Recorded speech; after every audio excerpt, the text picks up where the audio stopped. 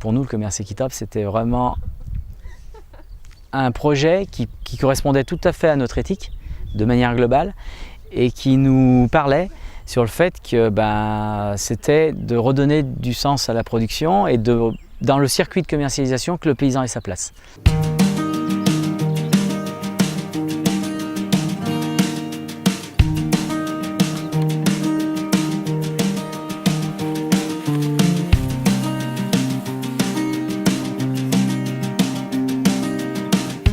La naissance du partenariat entre Etikable et aujourd'hui Terretic est née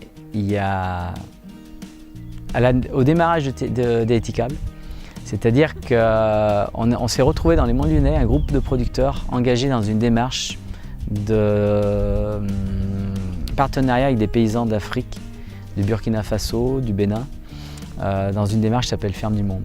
Et cette démarche, c'était vraiment comment nous, en tant que paysans au Nord, nous impliquer dans le domaine du commerce équitable.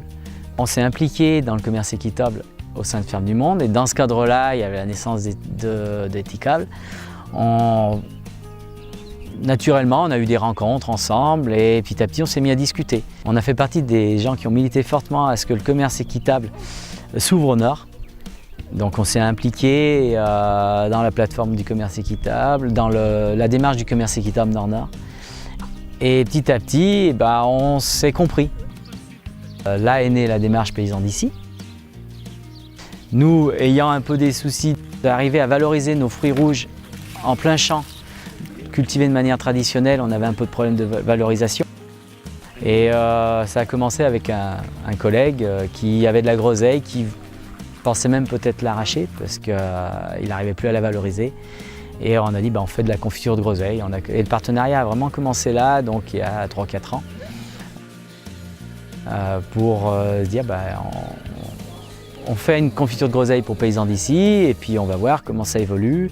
On a créé Terretic, donc à 3 producteurs.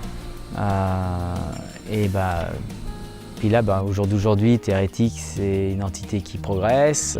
Nous, à Terretic, on a pour ambition d'essayer de déjà maintenir la production de fruits rouges, puisque c'est un terroir de fruits rouges depuis longtemps, voire d'impulser aussi un retour à cette production de fruits rouges qui est sur une zone où on est très dense en population et en nombre d'agriculteurs. Si on veut garder un nombre d'agriculteurs, il faut aussi qu'on puisse produire sur des petites surfaces. Et le fruit rouge est tout à fait bien adapté à ce type de production. Et au jour d'aujourd'hui, on a 8 ou 9 producteurs qui nous suivent un peu dans cette démarche. Et du coup, c'est aussi avec les paysans du Sud. C'est assez... qu'on s'est connus. C'est nos producteurs de mangue du Burkina, d'ananas du Bénin, qui nous ont permis de nous connaître avec paysans d'ici. Donc c'est une assez belle démarche. Et au jour d'aujourd'hui, on continue aussi à avoir des relations avec les producteurs du Sud.